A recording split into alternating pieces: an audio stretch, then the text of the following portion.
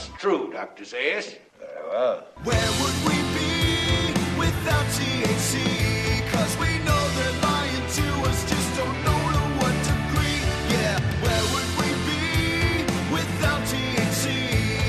The Higherside Chat Show, Greg Carlwood and Company. All right, Higherside Chatters, as we know by now, the once widespread and celebrated activities of ritual dance, powerful enchantments, communal entheogenic exploration, peering through multi-dimensional window areas, imagination cultivation by the flickering glow of the campfire's edge, and a whole grab bag of shamanic activities have largely faded to the brink of obscurity. And that invincibility-inducing trip to the stars guided by a strange brew and a rhythmic Icaros has been replaced by a trip to the couch where auto-tune barking out of soulless pop stars radiates from the flickering glow of a 60-inch plasma, just loud enough to drown out the sound of millions coughing up Big Pharma's prescription for complete and total numbness with a side of fries.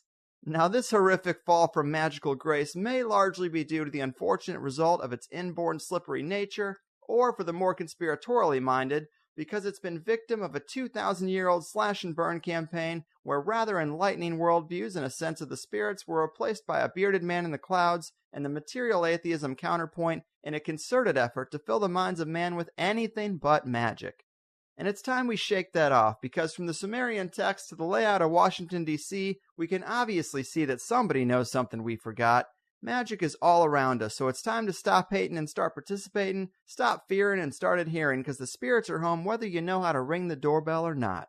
And so now more than ever, it's clear a resurgence of the magical perspective is needed, and thus back in the THC saddle for a sixth time, ready to ride this wave once again and running away with the title of returning champion is the Sir William Wallace of Wizards, my friend and yours, Gordon White. He restored the magical context of our past in Star.Ships, he updated the spells for our modern economic reality in the Chaos Protocols, and now he's caulking up the cracks and stitching up the seams between the two in a new ebook, Pieces of 8, Chaos Magic Essays and Enchantments. The proud father of 3 amazing books, and of course RuneSoup.com, my primary map maker for the magical worldview. If sharks were sorcerers, he'd be the Great White. Gordon, my man, welcome back to my humble sanctuary. Thank you very much, Greg. Number 6. 6th turn on the show. Awesome. Hell yeah, man. Lucky number 6. Yeah. And, dude, it is always a pleasure. You know, I've got so many subjects I want to ask you about. I suppose if I started with the oldest, we'd start with something from Campfire's Edge. This is a presentation you have for free members of your site that functions as a companion piece for Star.Ships. I really loved it. I think any THC fan would. And I think a major assumption the data you present there corrects is that magic is not something we created. It's more a part of our environment, as natural as thunderstorms, and it predates us and our noticing of it because it's baked into reality. Well, why do you think this is important to reiterate? How does it affect one's understanding of magic? Well, I mean, it's kind of a linguistic trap that the minority of us who live in this late capitalist Western civilization fall into, because actually, if you kind of widen out and look at the entire population of the planet across time, it's really only been us and a small sliver of us that have kind of fallen by the wayside. The understanding that the universe is, in some sense, magical is a word I use, but actually if people who listen to THC really stop and think about it, they're here because they're getting their head around the idea of extra-dimensional entities and psi phenomena and so on. And that means that you can call it what you like. You live in a magical universe. And that's kind of really where we're at from the perspective of sort of reformulating modern history, ancient history, the Paleolithic, and going the entire way back. We're at a point where materialism has fallen away, but we're in this kind of still scientific or technologically complex culture that has given us a number of tools we previously didn't have for the analysis of the universe in general. And it's throwing up things like remote viewing, and it's throwing up things like telepathy and near-death experiences and after-death contact in ways that are verifiable to the point where you go, well, this is a thing that exists. So if it exists, we need to fold it back into the model. And that's kind of what Campfire's Edge was about. We now have, admittedly, they are scant data points, but we have more than we used to about how the kind of human spirit world interaction works. And we should use those data points as a torch to sort of look back across the timeline and see if additional insights or an improved context emerges as a result. Yeah, right on. And, going with the magic is baked into the universe thing, you rightfully point out, I believe in Pieces of Eight, that any model for magic really needs to work off planet as well as on. And when you fold in data that seems to prove that there are man-made structures on Mars, as well as several other bodies in the solar system, meaning, previous civilizations, other beings, this has rarely talked about implications. Talk to us about those implications and how you kind of tie those things together. Sure. Well, in many ways, that's a gentle dig at occultist in the first and kind of ufologist in the second. Contemporary occultism in the sort of post-Golden Dawn, post-Crowley world picked up a lot of stuff from, say, the Renaissance to the 18th century to do with astrological magic and timing. And even though, obviously, by Crowley's day and even by the 18th century, people were aware that, and I appreciate we're getting into dodgy THC territory, but people were aware that the Earth wasn't the center of the universe and we were in a solar system and so on. Magic still functions in this kind of emanatory astrological way from the outer planets in, and man as this microcosm and so on. And that sort of works as a storehouse for ideas and correspondence for the actual use of magic, but it provably doesn't describe reality. And we now have sets of things that do, as the aforementioned psi phenomena and spirits and so on. But we also have, I'm a big fan of Dr. John Brandenburg's work to do with the sort of Xenon 129 in the Martian atmosphere, indicating nuclear bombs that were used in the sort of 250 million to 500 million year old half-life ago. Mm-hmm. So that's a thing that I think we can reasonably say happened. I don't think he's maybe right that the culture that was bombed was Bronze Age and so on, but the science there of weapon signatures in the atmosphere needs to be there. And so we have kind of an emerging psi consciousness spirit world model here on Earth, and we have evidence in our near neighborhood of other beings of the similar level or more of complexity to humans. So what I'm really talking about there is, if the spirit world is here, it must exist throughout the universe. Yeah. And that is something we don't really think about, because that necessarily implies that there are, these are dodgy words, but like there are alien ghosts or alien electronic voice phenomena. And what I find very interesting about that is, at the time of sort of Dr. Brandenburg's bombs, there weren't even really dinosaurs on the Earth. So there weren't humans that were around to have a memory of that happening on the planet, right? Mm-hmm. But there are things about Mars that have survived into sort of esotericism or magic, or even, back in the day, it was science. That was the science of the classical age, right? That kind of match some of the things we know about it now. And you go, well, that's a surprising, it's the war planet. And the one planet that appears to have been bombed in our solar system, we associate with war, for instance. And you kind of think, well, where did that idea come from? And interestingly, however much it sounds even more crazy when you're talking about, say, magic and ufology, is you go, well, maybe an alien ghost, like quite literally. Maybe there was some kind of contact with other parts of the spirit world. Again, you kind of got to logically follow the model along. If there is a spirit world here, what does it stop? Does it stop halfway to the moon? Is it like a magnetic field? I don't think that works. It's contained within the Van Allen radiation belt. Obviously. Right. And then we also have kids with memories of past lives that kind of jive with John Brandenburg's work to an extent. Yeah, and so I really like past lives that kids remember rather than the ones that people who, and I've done this, obviously, and most people have, but like once you get to sort of adult age and you kind of do a regression and find it, because that self-selects. And that's why everyone seems to think they're an Egyptian priestess or so on, because if you have an interest in spirituality, if the reincarnational model works, then chances are you've had, multiple spiritual lives. So you don't get very good data out of it, because the materialists or the atheists don't go and get past life regressions. It's just the people who are already into it. So the data is a bit messy. Mm-hmm. Whereas like a 4-year-old doesn't know or care either way. And so you get really interesting past life data out of them. And it's not to assert, a full, because you're dealing with memories that have kind of crossed bodies. So it's not to assert that it's some kind of DV recording of an event that happened. But there, again, you get these components. You go, well, that's funny. That has a fuzzy overlap with some of the Richard Hoagland, John Brandenburg stuff. Hell yeah. And you mentioned alien ghosts, but not only dead aliens. And I bring this up because in a recent magic-themed episode with Mike Sententia, I had a stoner moment when he was explaining his entity encounters on the spiritual plane. And I thought, is it possible that these beings that you're interacting with are the projected consciousness of physical beings on other planets? The same way people from different countries all log into the Call of Duty servers, we don't assume the people we encounter in the game actually live there. We assume they tapped into the realm from the same way we did, just a different location. And I think that that's a perspective I haven't heard talked about much. Makes a ton of sense to me, and you having much more experience with this stuff than I do. How far do you think you can run with that idea? Well, Greg, I'll do you one better. I mean, I remember in the 90s when the manifestation of aliens that we would call the Greys was really, really big, like in culture and on TV and so on. And people who were taking this thing seriously say, like, who've either, quote unquote, examined a body or had experiences and they don't have mouths that work and so on. I think they might be biological cyborgs that kind of consciousness projects into. I mean, if you look at how we're experiencing Mars, we sent a robot. We sent a robot that we can essentially think and see through.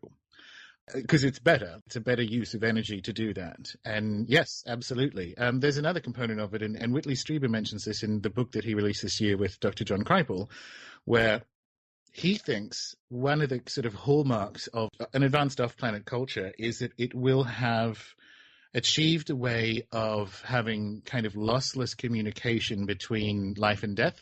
And funny enough, we could be great leaps towards that if we had, rather than ignored the kind of 19th century Society for Psychical Research stuff. I mean, it looks hokey to us now with all these Victorians sitting around a table or listening into a phonograph and so on. But the idea behind it was that this emerging technology of communication like radio and phonographs and so on could be, if we kind of doubled down on that from a spirit world perspective, we might actually build a way to do that so that you could essentially Skype your dead grandmother rather than your living grandmother. And we may presume, and this is Whitley's idea, that we may presume that there are off-planet cultures that have done that. And then that really opens up the kind of insights you can get about how the universe functions. So you're essentially looking at cultures that may continue to evolve where, you know, the dead and the living continue to evolve together. And you're going to start getting really interesting technologies. And for us as the experiencers of that, it suddenly becomes very difficult to say, well, is that one a ghost or is that one like a live one that's using ghost technology or vice versa? Or if they has a ghost or a living one sent like a droid? And these are very, I mean, I love this kind of stuff. This is sort of very THC discussions, but this is the implications of sort of propagating what I consider to be the reality of the spirit world here on Earth, kind of out throughout the galaxy. That, yeah, I don't think it stops somewhere near Mars or wherever. And it allows or it invites revisions to the model of how we think these things function, but also kind of revisions to what we think maybe is the point of it all. Yeah, man, it's a great through line. But how do you rectify dead spirits with the data that suggests multiple lives? Because I don't think the reincarnation, there's two. So let's assume reincarnation is a thing. I don't think it works in the sort of outward Tibetan Buddhist model where you're kind of caught in a washing machine and you go round and around and around against your will. And funnily enough, again, the sort of kids' past life memories suggest that is in fact not the case. And so our natural home, if you will, being the spirit world, is where we tend to exist. And you kind of come here or there or wherever in the physical and an intentional basis as an experiential trip. So you can either do it or not do it. You can do loads of it. It kind of depends what you and other people you choose to incarnate with want to do. Now, that's to assume that the reincarnational model works. And I think it does in some sense. I actually don't like the word. I like to think that instead I like to assert the kind of sovereignty or the individuality of a spirit so that you may show up here once and go, well, this place is fucked. I'm not coming back. Or you might like skiing, so you come back a lot. I don't know. Rather than there being like a rule, like, oh, no, you have to go back. I don't like the kind of forced high school metaphor of reincarnation that you find in in the New Age, where you kind of move up the grades and graduate. I don't see that matching the data. Now, that's assuming reincarnation in some way is a thing. The other option, of course, is, and this is things that we do in fact have data for, however something like remote viewing works, where an existing consciousness can gain access to information about things or people that have happened further up the timeline or further back down the timeline, means that you may not necessarily be remembering a thing that happens to you. You may be pulling it out of the cosmic library. So it would present as a memory of someone else because that's what it is. But you might have actually metaphorically picked that book up off the shelf and it would look like your memory. So it gets challenging, and the data is kind of split both ways. And so I wouldn't necessarily get hung up on the whole, well, the population's growing, so how can reincarnation work? And I'm like, well, because in most animist cultures, you'll find that the spirit world is vastly more populated than the physical. So we're not going to run out of people.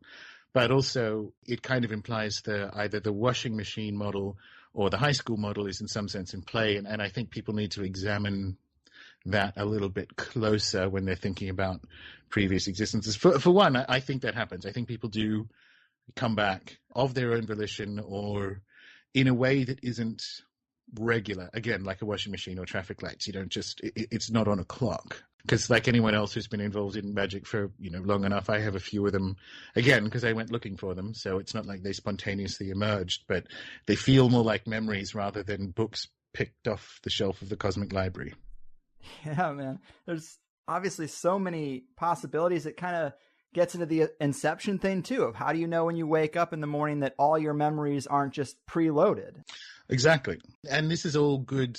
It's like going to a consciousness gym. These are all really good ideas to run through because it means that you don't kind of fixate on one. Right. And that can then kind of mutate or kind of warp either your own model or your own experience of existence. So thinking like that, I mean, this is, it's classic THC stuff. They're really good stoner thoughts to be like, seriously, what if the universe just started half a second ago? Like, you'll never know. Literally, you'll never know.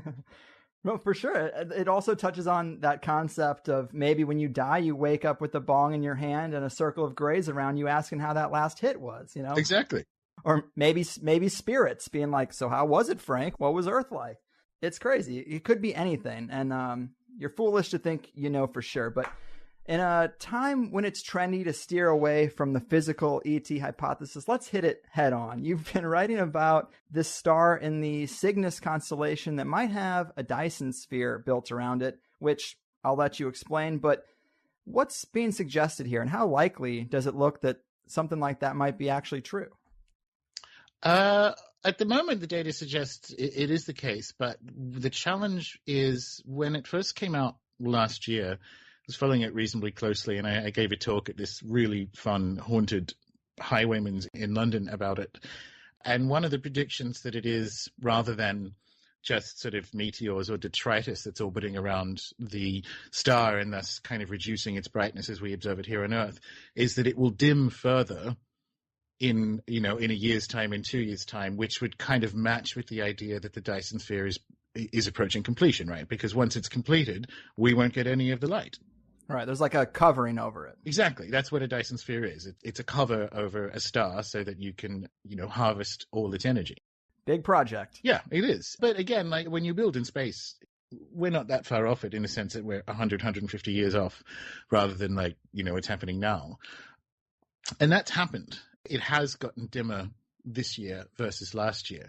The challenge is, and it was kind of in that classic mainstream media way, at the bottom of some of the articles, it essentially said, oh yeah, so we've given it to these astronomers at this fancy university. And you go, it's right in the middle of the DARPA triangle. They basically gave it to the sort of network of, and this is what you would do, obviously, if you kind of think it's aliens, you would give it to the same East Coast university departments that give us, those terrifying robot dogs and so on. So we're now at a point where we go, okay, what information we get now is necessarily going to be mediated, because you would assume in the background, behind the curtain, so to speak, if it is a possibility that it's a civilization that's further up the Kardashev scale and only 93, like not that far away, like less than 100 light years from us, it does actually become a national security thing. And so it has gotten dimmer, but we're not going to get too much past that. I imagine probably sometime before Christmas, they'll be like, no, it turns out it was naturally occurring. And it may well be, but we will never really be able to take that explanation to the bank because they've washed it through DARPA-U, essentially. Provocative. I love it, man. And I already do hear the flat earthers typing about how there is no space and you're a shill, and I apologize in advance. That's all right. A big part of Pieces of 8 to me is trying to find a worldview that is most accurate. As you say, once you kind of torch materialism, you got to have something to stand on, and you describe idealism as well as animism and say that it is more useful for the magician to consider living systems not as some unaware little eddies in a universal consciousness field, but as outposts to the spirit world. Such a perspective has a pleasing side effect of making the experience of day-to-day life much richer. Well, who doesn't want life to be richer? But, can you explain or elaborate on some of this for the uninitiated? Sure. So idealism is the idea, and I like idealism, let me be clear. There's something that Rudolf Steiner said at the end of the 1800s when there was kind of inside the Theosophical Society and those groups, they were beefing because they thought one of them had found the world teacher and they were arguing over whether that was important. The usual kind of stuff that happens with esoteric groups. And he sort of said, look, the actual enemy, such as it is materialism. Like, we can kind of quibble over whether you think this guy you found in India is the world teacher or whether you think it isn't. But where there is more of an alignment in our understanding that materialism is false, right? Yeah. And so that's kind of how I feel about idealism. And idealism is the idea that everything is consciousness rather than matter. And so the physical world is a kind of accretion out of this sort of single divine mind. And it's sort of a warmed over Vedic idea as it's expressed in Western culture now. And it's like that explains the universe better than materialism, because as I kind of go through in that chapter, materialism doesn't even explain material very well. Like, it's embarrassing, and it obviously utterly fails with consciousness. So idealism kind of works from that perspective. But you're still left with what I now call Brahmansplaining, where you have to, much as Richard Dawkins will tell you, if you have a spirit experience where your deceased grandmother comes and speaks to you, Dawkins will tell you you're wrong. He will mansplain that was an error of your brain, chemicals, blah, blah, blah, buy my book. Brahmansplaining is kind of the same. If you have that experience, you will still get the same thing from a kind of Vedic teacher perspective, which is your consciousness is in error because you've accreted this ego, and so your experience of the universe is mediated because of this kind of false ego that you need to destroy so that you kind of, dissolve back into their one consciousness. And so you're still asserting to someone that their experience of the universe is incorrect. It's fundamentally an error. And I don't resonate with that. I think both of those things, much like the sort of original sin, are there because implanted into spiritual systems for political and control reasons back in the day. Because you require a qualified priest to tell you what is and isn't reality. Like, we've been down this road. I don't care for it. That being said, like, there's nothing necessarily wrong with idealism until it kind of breaks or bends a little bit, and they get uncomfortable with things like sacred mountains or fetish objects in magic. So in sort of Hermetic magic, as a survival of the Egyptian idea of drawing gods down into statues, you can empower, a gemstone or something and draw down a spirit or intelligence into it so that it literally animates, right? You can kind of work that into idealism. It bends a bit because it's like, well, that's another fragment of the universal consciousness that we're pulling into another fragment of it, but your experience of it is in error and blah, blah, blah. And that same thing happens when you try to push the idealist model to explain the things I'm particularly interested in, like, ufology and side effects and all that. Contact with the dead and all that. Well, it's all right for some side effects like telepathy. Like, here's the thing, it can model it. I would prefer everyone who's out there, if the choice is between materialism and idealism, for the love of God, go with idealism. But if you're interested in magic and you have had experiences of things like haunted objects or books that have their own journey, which I think is another thing that happens, that works better in an animist model, which is the quickest way to get there is to kind of replace the word consciousness with spirit world, rather than one spirit world. And so you're kind of in a situation where there's more going on than it just being one universal conscious field essentially vibrating the universe into existence. The reality is I probably suspect that is in fact the case at like the very kind of beginning point or at a very high level. I think that's how everything runs, but I think what it vibrates first is the spirit world. So you're kind of stuck. I think experientially animism works better. Now, when I'm talking about physical systems, well, living systems in particular, but sometimes other objects being an outpost of the spirit world. So a good example would be ayahuasca. The difference between a Western kind of Neoplatonic or Platonic view of ayahuasca and an animist one is, in a Neoplatonic view, the Aya spirit will be in the vine. In an animist view, the vine is the spirit, right? So, and it's kind of like an iceberg where it is the spirit. 2% of it is in the physical, 98% of it is in the spirit world. And that's what I mean by view them as outposts. Now, I actually have an interview earlier this year in my own podcast with a UK academic called Jack Hunter, and he's released a book about the impact of Charles Fort and the potential impact of Charles Fort on anthropology and cultural studies and comparative religion. Great book, great guy.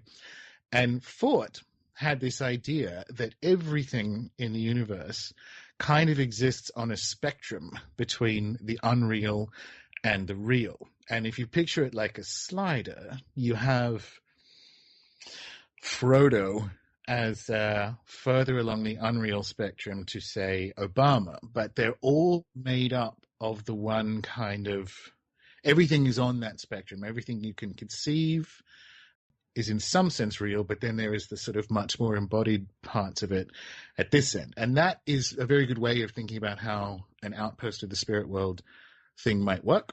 Yeah. And you suddenly get, and again, what I'm looking for, it's a chaos magic book. What I am looking for here is a model that best describes reality for the purposes of like further enjoying and experiencing it, but also for kind of giving you a bit more mental space for the practice of magic. And the one you end up landing on, and I find very interesting, and this is sort of in the Campfire's Edge presentation, the one that you kind of Goldilocks your way to, and I Goldilocks through all of them. I went materialism, panpsychism, idealism, and landed here. So there's one of those dangerous things where there's like, what is it? There's no zealot, like a convert. Like I came to this late.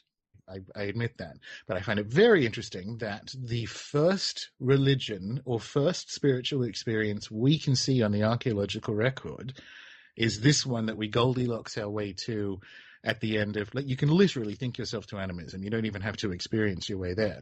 That's interesting to me because there's so much of the kind of Western esoteric journey has been looking for the perennial philosophy or the Prisca Theologia or that kind of original spiritual system of mankind, because there's that widespread and kind of not correct, but it's nevertheless culturally there, belief that we are in a declined state from that original elevated experience of the world. Now, I think maybe there's something to that. It's just that we've described it incorrectly. And you kind of get some of that in Star.Ships. But there it is. Like, animism is the first thing we did. And here we are 2/3 of the way through 2016. And I think it describes more coherently the most data points that we have available that we maybe didn't have available 15 years ago. Boom. I agree, man. And, you know, you've mentioned the animist model before, but I don't think we ever took the time to explain it. And I think it is a pretty powerful model. At least it seems like the most accurate one that I know of. But to get back to... Well, I just want to jump in there and because we spoke about thinking our way to it and just say, I think the majority of people on Earth are animists, right? Yeah. Because it is actually how you're a pet owner.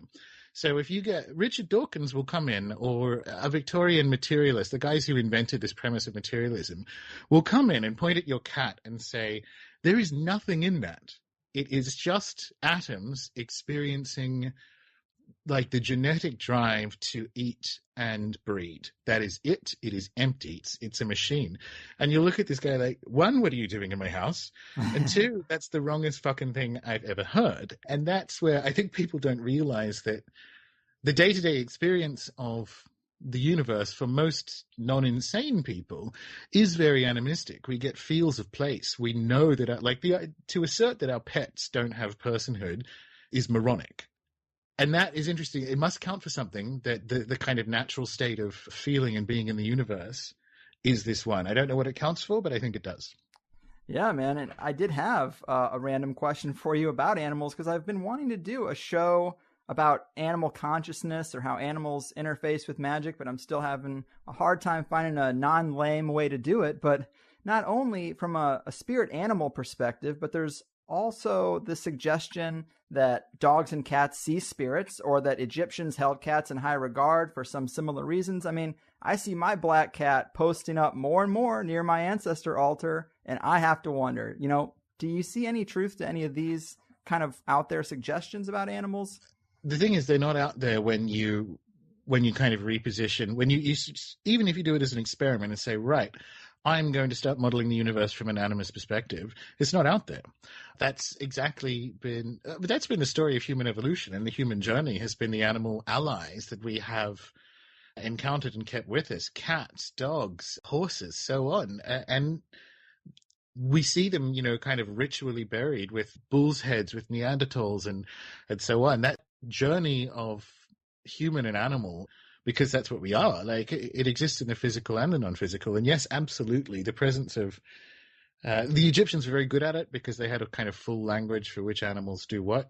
But yes, the sort of elevated status of the cat in Egypt is not just because it would hunt mice in grain stores.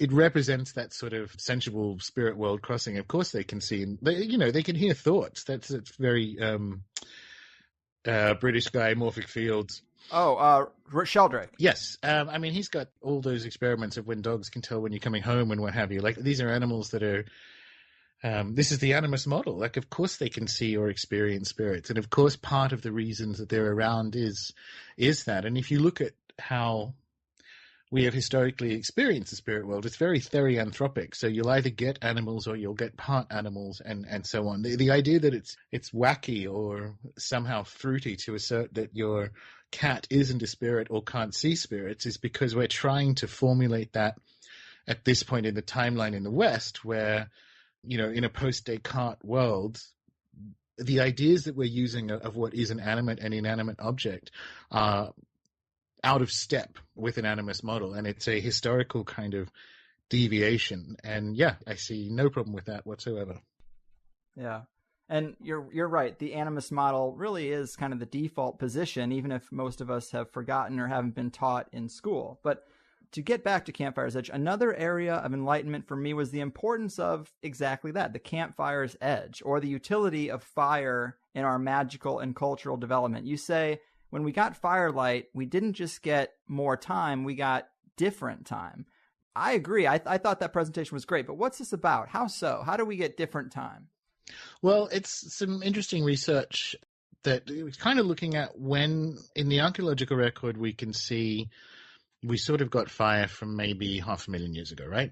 Or other hominins had fire. And it was a question of whether fire extends daylight so that we perform the same tasks now that we can kind of extend daytime into the night, or do we perform different tasks? Do we think different things? And one of the pieces of research that kind of, like, how would you solve that, is you try to find cultures that have the closest relationship to sort of fire and sunlight that we would have had 500,000 years ago. And so you're sort of talking about like the San people in southern Africa. And it turns out that fundamentally we do different things by firelight that we experience now versus daytime. Daytime is the talk is all work and gossip and a little bit kind of like mythology, a tiny sliver. But as soon as the fire gets on, it's mythology and songs and ghosts and ancestor tales and so on. And there's no kind of reason for why it would split that way. Now, what's interesting about that from I guess a magical model of the universe is that you're changing your thoughts and consciousness in a ritual environment, which is inevitably going to attract spirit attention. That's sort of what happens. It's like watching a scary movie and then experiencing side effects in the house. Like, you've kind of tuned your instrument to play something different or attract something different. And so we did this. And if you look at the sort of rituals that are described in, say, Deciphering Ancient Minds, which is a classic book in the area, the way early human cultures would use fire in a ritual was to kind of have alternating circles of women who would kind of clap and keep negative spirits away, and then majority male, although not always, shamans trying to bring down the right spirits or ancestors, and they would appear from the gloom at the edge of the campfire, these spirit beings that would then impart kind of wisdom or hunting technology or so on. But also the negative ones would. So the reason you would have, at the same time as trying to call down the correct spirits, you have essentially half the participants warding off the negative ones because they would be shooting elf shoot at you and so on. And that kind of seems really important to me, because if you look at how in the classical world we model where the story of mankind getting its technology from is, and it's more or less universal. The demons taught us metallurgy, they taught us agriculture, they taught us the kind of skills that differentiate us from the rest of the natural world. And I find it interesting that the kind of archaeological and anthropological research essentially bears out that relationship with the being who teaches us these skills and fire is very long-lived. If you think of Prometheus or Lucifer or any of these ones that's kind of like the bad guy for the gods, it's associated with this idea of learning things at the edge of the campfire where the sort of light becomes shadow. And whether that, I mean, some of that is obviously pareidolia, which is the phenomenon of kind of seeing forms that aren't there because of a trick of the mind, but some of it isn't. And that's really interesting to me, that I think we've kind of preserved a memory of that probably very important event down through 500,000 years into the story of Prometheus or whoever. Yeah, that's such great stuff. And from one of your slides, it says that the anthropologically observable impact of fire is that at least in this one pie graph, 81% of the time at night is used for stories or, quote, imagination cultivation, as opposed to 6% in the day. And it is, anybody who even thinks about it can automatically kind of put this together, that it is different. There's some mechanism, some switch that happens. And horror movies have been playing with that forever, but it's something real. And so, like, the weirdest and most fun conversations you have at a party are post 2 a.m. with the candles low and everyone's sort of, hell yeah. I mean, they're off their face, right? But they're kind of coming out of being peak off their face. So it doesn't matter what you're on. And that's when the stories get fucking weird. That's what this is, right? That's kind of like a play out of that same experience. The other thing that is associated with kind of fire and the spirits teaching us these technologies is the transmission of it. So as fire started to emerge as a regularly used technology 500,000 years ago, what will happen as the sun goes down, you will have hunters or hunting groups from surrounding areas kind of appear out of the gloom to share your campfire. And obviously that's kind of how hunter-gatherers work. Sort of like ships at sea. You don't just kill them because they show up. Now, what that means is you suddenly have this vector of stories and songs, and when I say song, I mean it in the magical sense, like that's a spell, right? So you have these ideas vectoring out like a viral outbreak because of the presence of fire that's not only giving you that ritual space to think these innovative ideas, but also experience the spirit world and then share that amongst human cultures. And that's the other part. Like Prometheus steals the fire to share it. This is, this doesn't explain anything, but whether it's a quote unquote biological memory, or as I prefer to think about it, and this is very much what Star.Ships is about, whether the memory of that event has been retained through the human journey since then, it strikes me as kind of quite important, because it's another one of those pieces you can reposition to say, well, okay, if that's where we first kind of got the big jump in quote unquote technology, or I prefer the word complexity, is for reasons if you watch the presentation you'll understand. Okay, we've got to there. What does that mean about the innovation opportunities we have today, given that most of the public ones, crucially, most of the kind of like public innovation projects are run by people who assert that these things don't exist? And we kind of come back to the Whitley Strieber thing. What happens if we use the technology we have today and kind of wake up to the idea that these things do exist? Where does that go next? Yes, such an eye-opener, man. And switching gears a little bit, when we're looking at human history and going back to the origins, we once did a show that, of course, hit on the pig-chimp blending hypothesis, as well as the Mimi virus and directed panspermia. But it seems like you've kind of advanced your thinking in this area a bit and found some new data in the meantime and tossed a pinch of McKenna's stoned ape theory into the recipe. Update us a bit on your thoughts here and how fungus and retroviruses could be a more nuanced view of the ancient aliens idea. I wouldn't say I've gone away from the Mimi virus idea. That's something that happened several billion years ago. And I'm still an interventionist. Like, there's no way to explain the emergence of life on Earth without directed panspermia at a minimum, right? Mm-hmm.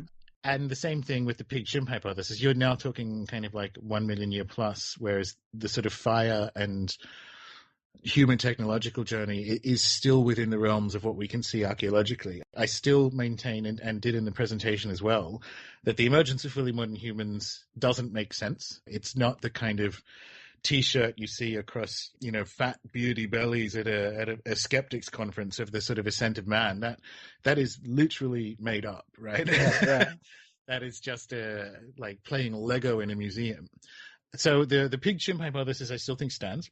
And as does the idea, I suspect, of a very large and complex virus several billion years ago kind of landing on Earth and unpacking. If you're talking about, and the reason I think that is this, one, that could be simply an alien technology. Also in an animist model, remember what I was saying about the outpost of the spirit world? This is something I got from McKenna, right? So his first few, well, not first few, but before he kind of moved off this idea, when he says that the mushroom is an extraterrestrial, he says it's a being that is so old that only 1% of it exists in the physical, and the 99% of it exists in that kind of stone space you get into. And when you're in there, that is how it communicates with itself and other beings that it encounters across the galaxy. Like, it is, he literally meant it was an alien that would seed itself on planets for the purpose of communicating, and you are then in instant communication with it across it. Like, it's I love it. It's such a cool idea, right? Yeah. Now, what's interesting about that is, because, I'm a permaculture nerd, and if you look at the ideas behind how soil first emerged, because to get Earth, you could spit virus at a rock and nothing would happen. So how soil emerged is a guess. Like, people assume that there's some, like, bacteria mutated to become some sort of mycorrhizal organism. So in the mushroom family, because you need both of those things and a whole bunch of other stuff to get soil structure to actually get plants. Now, it's basically impossible that a bacteria can mutate into essentially a mushroom. Like, it doesn't work. And so when you look at the origins of soil formation on Earth, I keep coming back to what Terence McKenna said, which is, no, I assert that the psilocybin is literally an alien, and mushroom spores can survive in space. Yeah. So I guess if I wanted to update panspermia, the only thing I would kind of say to people is, I think I'm fairly confident that the emergence of life on Earth is an alien event, right? So a virus. That doesn't mean that we haven't had dozens of different kind of panspermic impacts. I mean, why would it just be one? Like, that's kind of a holdover from a sort of very biblical idea of creation. Why has it not happened 1,000 times? I mean, there's this kind of joke going around, and I don't think it is that much of a joke, but the octopus doesn't resemble anything really on Earth as well. And in 2014, there was this kind of wacky, the octopus must be an alien, ha ha ha, kind of funny, I fucking love science ideas.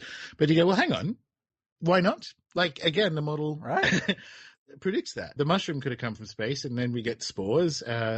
Life probably did in a sort of super virus form.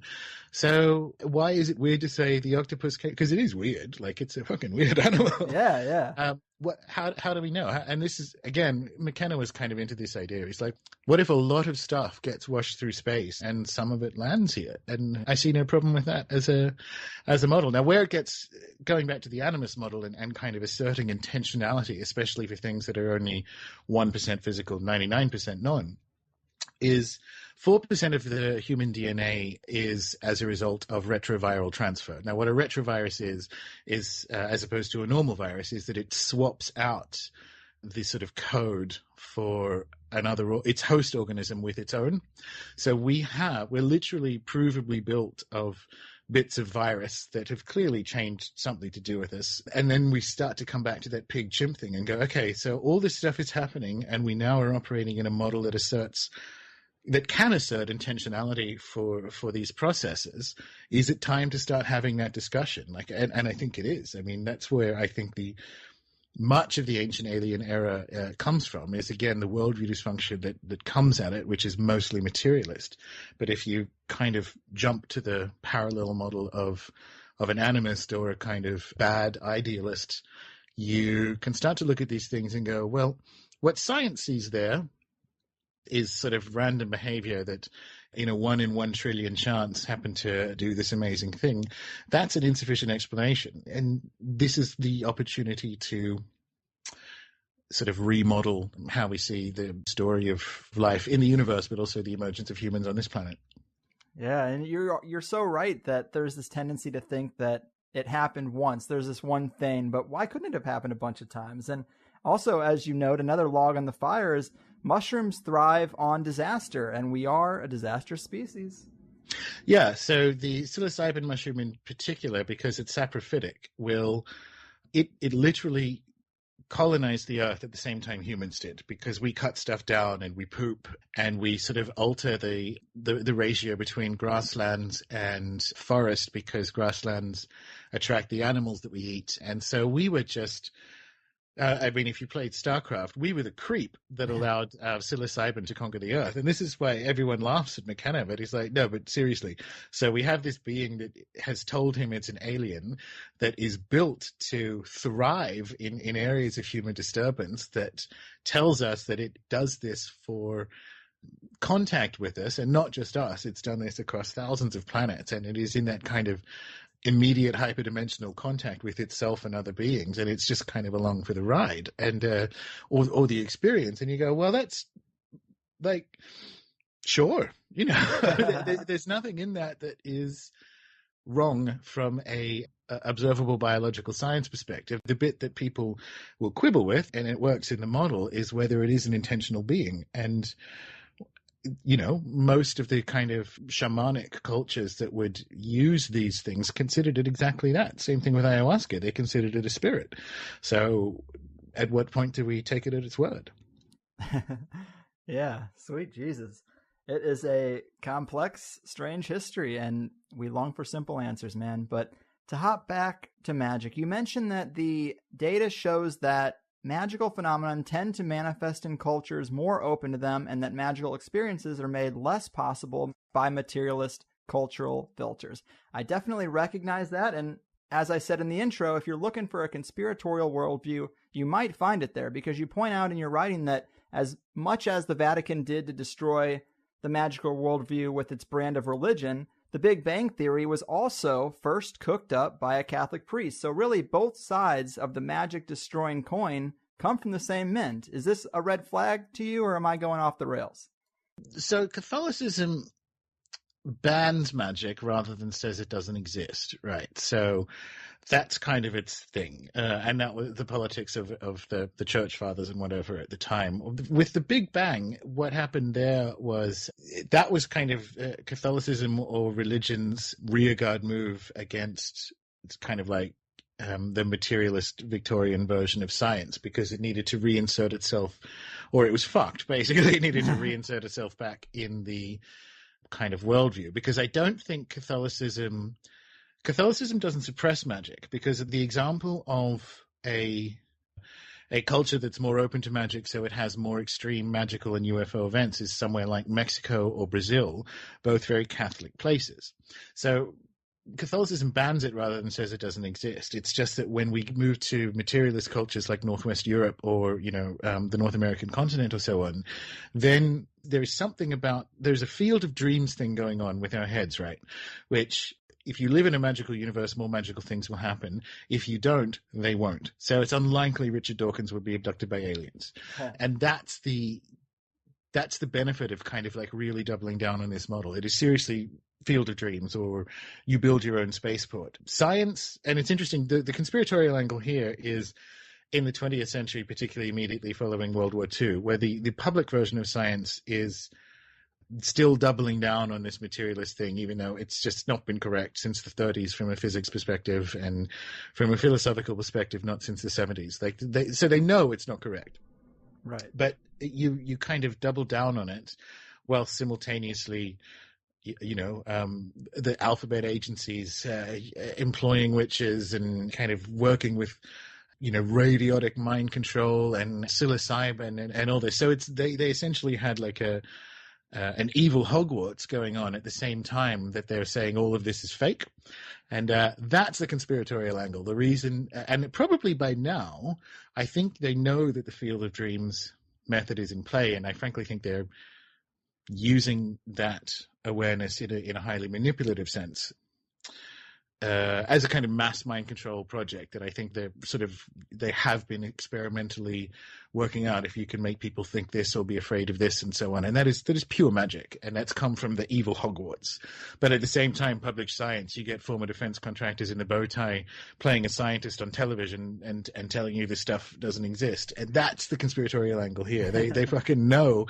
They know it works because they've spent millions and millions and millions on it over 60 years, and the public version isn't. And that's kind of they're taking all the magic and making sure that the kind of Western world has a view that doesn't allow it to happen, except for the bits that they want it to. Well, yeah, I mean, that's true. But can it not go back further, though? Because we talk a lot about the occulty black projects of the last few decades. But what was the deep state of the Renaissance era doing, or back in the time when, when magic is being banned? Well, so that was banned rather than suppressed. That's what I mean. So Catholicism, or like Vatican doctrine, will assert that demons exist and angels exist, and you can do things like engage with this stuff. It's just that you shouldn't. So it's different to saying it doesn't exist. If anything, it makes the Field of Dreams bigger rather than smaller, because you ban something and it kind of fetishizes it. So it wasn't a hit on whether or not magic existed. When you're talking about the Hermetic underground that sort of emerged out of the Renaissance and kind of blended into the English Renaissance and all that kind of weird mix of the people behind Shakespeare and the John Dee stuff and the kind of thing that's trying to essentially liberalize Europe by providing free education and all these very hermetic and spiritual ideas. They were doing that as an underground for political reasons against the Vatican and the Holy Roman Emperor and all these people who didn't want things like printing presses and free education or any challenges to the kind of people that they put on the thrones across Europe. That was a political op rather than a magical one. Both sides of that fight asserted the reality of the spiritual world. So they weren't fighting over whether it was true or not. They were just Game of Thronesing. That's what went on there. Right on. That does make sense.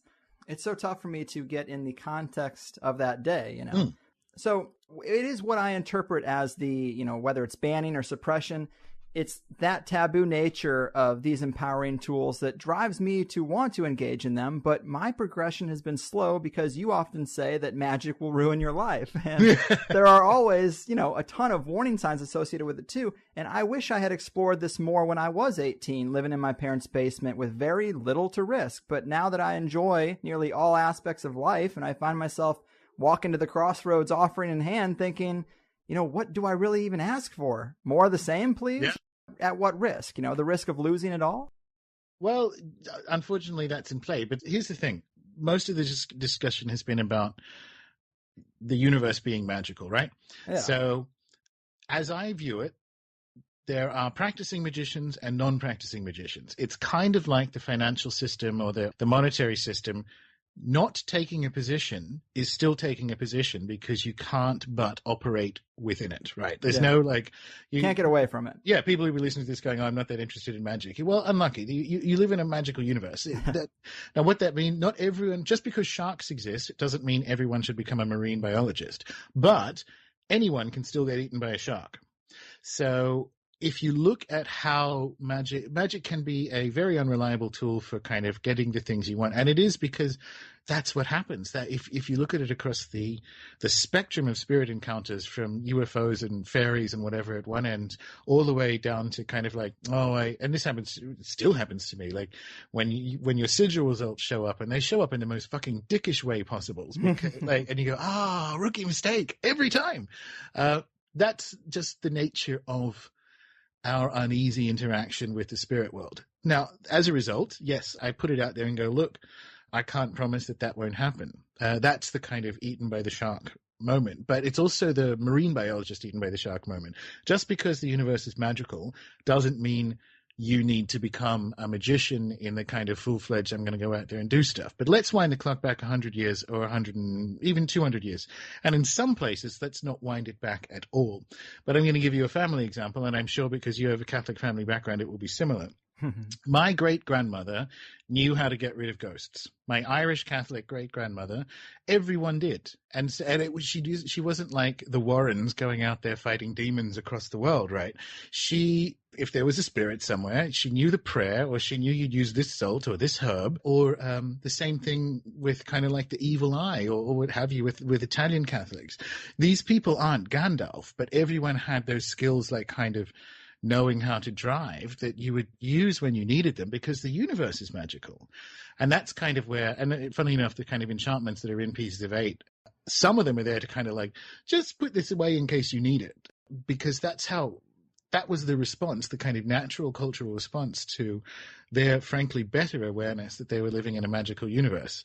You don't have to be the marine biologist, but I do think if people who are listening to this, who are on board with the idea of whatever word they want to describe it for, right? The sort of general stuff that's spoken about in THC. Mm-hmm. I frankly do think you need to know something to clear a spirit from your house. Like it can be herbs, it can be a prayer. I think you need to know that. I think you need to know a kind of like, that like walking over one's grave kind of icky evil eye thing. I think you need to know how to clear that. These are just things that every human should do. It's different to like, all right, well, I'm going to like have a pact with Astaroth, and that's the kind of level that is a niche within a niche that you're either into or not. And those are the people, when you're at that end, that's when like, look, this could comically blow up in your face like something out of Discworld, and people who are into it just kind of take that risk. But everyone else, you can still get eaten by the shark. So right. You should know this stuff. So basically, risky as it is, not engaging with it is no guarantee that it can't hurt you. There's no not. I watched The Conjuring 2 last night, and I'm like an Enfield poltergeist nerd at the best of times. 11-year-old Janet, I mean, she got some pretty intense stuff out of unsuccessful, like, a Ouija board results, and no one else in that family who got the encounter with it or the experience of her mistake had anything to do with it. Like, that's the shark attack, right? That's an extreme one. That's like a fucking Discovery Channel mega shark. It's usually just like, oh, this house I'm looking at feels a bit weird. I'll do some clearing on it or what have you. That's the kind of more baseline stuff. But yeah, it's like the financial system. If the universe is magical, you're stuck. How do you get out of it? You don't have to become a magician, but that's just kind of it. It's yeah. Yeah, it's just a function of reality, like dealing with weather. Exactly. Gordon, another amazing time with you. To try to rein this steed in, you do have Chaos Protocols, Star.Ships, and now Pieces of 8, and you also talk about an unwritable fourth book. Just to put a capstone on this pyramid, can you remind the people about the synergy between the three books and, the method to the madness, and give us any more insight into this unwritable fourth book? Sure. So Star.Ships is a book of history written by a practicing magician. The Chaos Protocols is a kind of book of life hacks for anyone who has a spiritual sensibility, written by a chaos magician. People thought that was my chaos magic book. Pieces of 8 is my chaos magic book. That's what it is. It's kind of revisiting and kind of re-electrifying some of the core concepts of chaos magic. What is interesting, and I noticed it, didn't realize at the time, because I self-published the last one, but the first one is Scarlet Imprint and the second one is Llewellyn. And the first two are written kind of simultaneously, because eyes bigger than my stomach, and I thought I could do that, and I don't recommend it.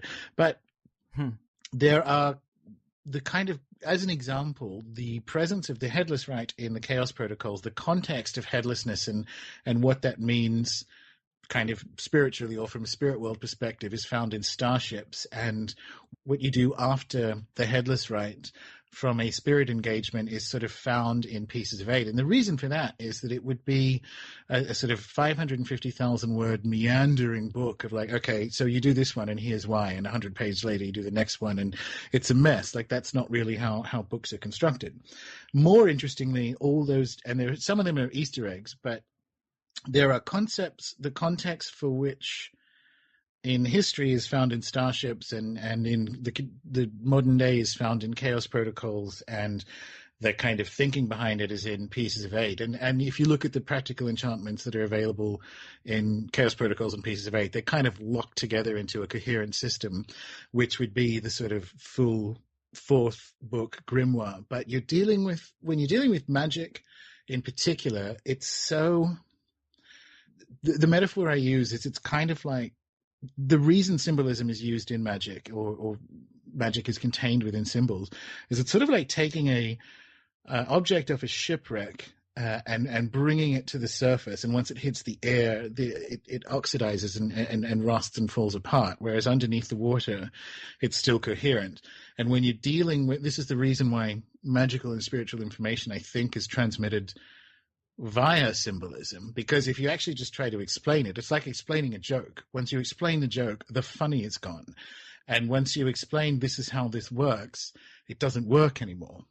And so the unwritten fourth book is all those bits that you can't explain, or you break them, and they're to do with the sort of practice of magic. You'll get it. If you read all three, your brain will start to kind of like draw lines in between different parts of different ones, and you'll start to see this fourth book, and you will get the idea of why that book can't kind of really be brought down into the physical in any sense. By the way, they're all standalone. It's not a trilogy as well, so yeah, you may resonate with one or the other. It's just that the kind of bonus prize is the sort of fourth book, the kind of, yeah, Gordon's Chaos Magic Grimoire can't be written, and it's this fourth book.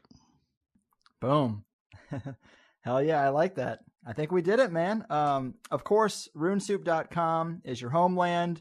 Gordon_White on Twitter. Any last parting words, pimp? No, again, it's just good to chat. This is always the fun show. Hell yeah, I love it. You're the man. Take care of yourself out there. You as well. There it is, guys. Number 6 for Gordon White appearances on THC. That's 12 hours. But I always do have a blast. He's been here more than any other guest. I think Crow would have to be in second place with around 4 appearances. And I really liked this one. I pulled stuff from several different sources, and we really just did a grab bag of the things that Gordon's been churning out lately. I am in awe. The guy's put out 3 books in 1 year.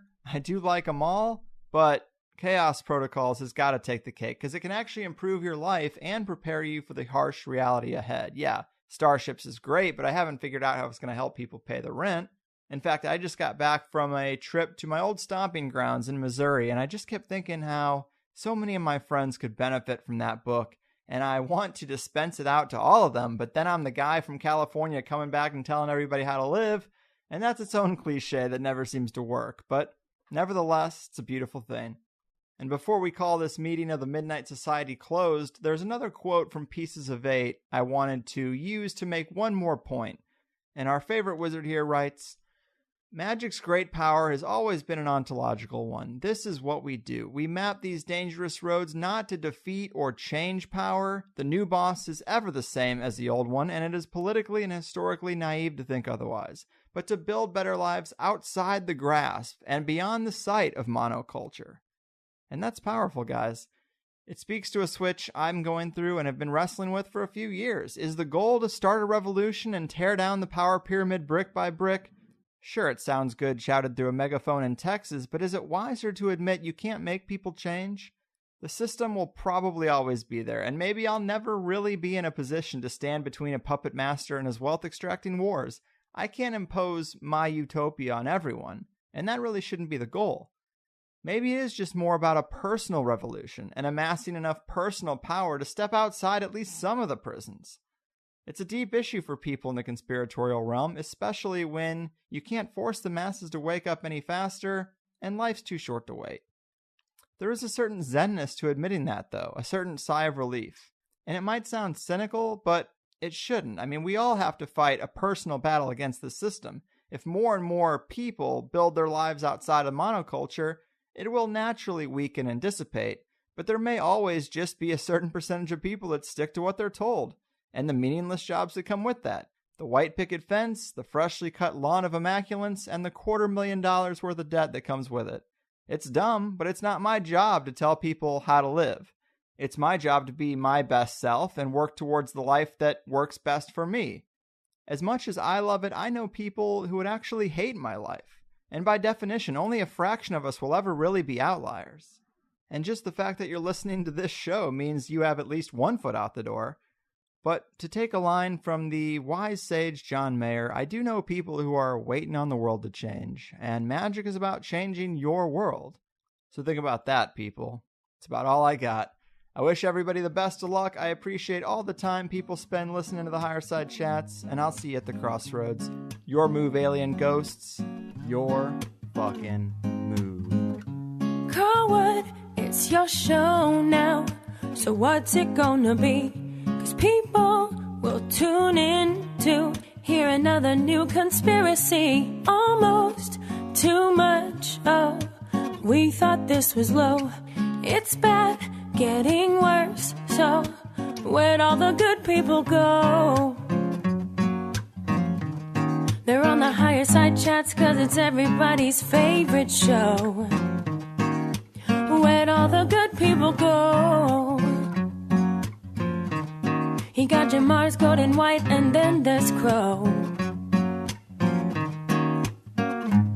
They talk this and that on a Higherside Chat. Testing 1, 2, now what you gonna do? Bad news, misuse, got too much to lose. Give me some truth, now whose side we on? Whatever you say, turn on the boob tube. I'm in the mood to obey, so lead me astray.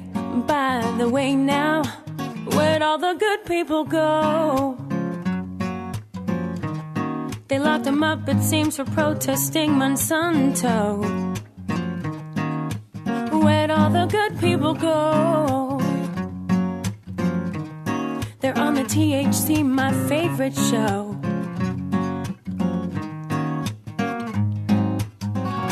Sitting down, new episode to hear. Wanna light a bowl, but I fear the police. Can you hear me? Can't interrupt me from this friendly conversation.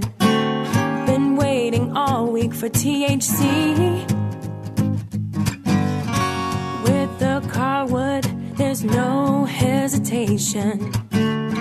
Exposing the truth, getting to the elite. Scams, schemes, conspiracies, and treason. It's an excellent show. What I need to know is where'd all the good people go? Been only getting hate and fear from all the other hoes. Where'd all the good people go? Guess that makes THC my favorite show. They talk this and that on the Higherside Chat. Testing 1, 2, now what you gonna do? Bad news, misuse, give me some truth. You got too much to lose. Whose side are we on today? Anyway, okay, whatever you say. Wrong and resolute, but in the mood to obey. Station to station, desensitizing the nation. Going on. Hey guys, thanks for listening to the first hour of the Higherside Chats podcast with me, Greg Carlwood. If you don't know, there is a second hour to all the episodes we do around here. Generally, we're able to get a lot deeper into the topics and ideas that a guest is about, so if you enjoyed what you've heard from THC for free, consider signing up at the HighersideChatsPlus.com to get the second hour of the 5 shows I put together each month. I never really wanted to be a paid subscriber podcast, but I really hate the idea of spending airtime promoting some product that's completely unrelated and telling you the best way to support the show is to buy an audiobook or new underwear by mail or something crazy like that. So instead, if you like the show, double your time with it for $5 a month, and let's cut out all the other shit. It's half the price of a movie ticket, and you get at least an extra 5 hours of show a month. Collectively, it keeps us stable, and it frees me from wasting your time with anything but the show you came to listen to. It's really the only way for an independent, one-man show to make it, and I do what I can so that it's worth your while. Since we started this, I've always tried to use the subscriptions to improve the podcast and make signups more advantageous. It started with just a second hour for the main show, but now we've got a nice forum going where people can get deeper in conversation about the episodes with other listeners, submit a candidate in the guest request thread, or share their own personal projects to get out of the soul-crushing 9-to-5 cog in the wheel life on the entrepreneurs thread. The forum and the plus comments are always the first places I try to go for listener engagement, but it does get harder as the show gets more popular. Because of that, there's also a direct messaging feature that you can use to reach me through the Plus site also. But beyond the forum, if you like any of the music I've used for THC, most of it I've hired artists to make, and I provide it all as free downloads to Plus members too. So if you like a particular song you've heard close the show out recently, come get the MP3. I should also mention that if you don't like the idea of paying $5 recurring every month, I get that. You can buy 3 months, 6 months, or a year up front and just be done with it. I have plenty of listeners who send checks and money orders to the P.O. Box too. I try to make it as easy for people as I can, and you can read more about it on the sign-up page. Also, be sure to check out the FAQ help page on the Plus site if you have any questions or concerns about how to listen to a password-protected show on your devices. I've highlighted a lot of great solutions, and one of those would be the iPhone app that just recently hit the Apple App Store. A super kind and talented listener made it for us, and you can use it to stream or download either the free or the Plus show. If you're on Android, I'd use Pocket Casts or Podcast Addict and subscribe to the feed manually that way. I also try to throw in occasional bonus shows or Q&A shows, and I've got a few other weird ideas I might get to try out soon. But I give you all I can for $5, and I hope you'll at least give it a shot if you've listened to a few free shows and you find them unique or valuable. I know there's a lot of podcasts out there, and I'm just one of them. But if you have any questions, concerns, or comments about any of this, please get in touch with us at the HighersideChats team at gmail.com. I also wanted to plug the Higherside newsletter I'm going to be putting out, totally free for anyone who wants to sign up at the main internet website for the show, the HighersideChats.com. You can also get on that email list through the Higherside Chats Facebook page. There's a button there as well. But the reason I'm doing this is because I get tons and tons of emails after a show goes up asking me about how I feel about a particular guest or topic, and the wrap-up isn't always the best place to do that, especially if I have anything negative to say. Sometimes the dust needs to settle. Sometimes I need to hear feedback from you guys first. There are a lot of factors, but I usually have something to communicate to you, and I just don't get to do it. So on the first of the month, I plan to send out a little newsletter with my thoughts about the 5 shows the previous month and talk to you about anything else that's on my mind or that's going on. And what's probably most enticing is that I'm going to give you some insight into at least one guest I have coming up in the month, which people have been begging for some posted schedule for a long time. I personally think I'd like the surprise. But sign up for the Higherside newsletter. It's free. It comes out on the first of the month, and I won't waste your time with any other emails. And that's it. I appreciate you listening. I try to give alternative ideas and guests a fair shake on a high-quality podcast, expose some deep-level conspiracies without the yelling, and I hope to offer some inspiration that even though the system relentlessly suggests you should follow their blueprint to mediocrity, you can do your own thing and live a much happier life despite all the negativity in the world. So go ahead and treat yourself.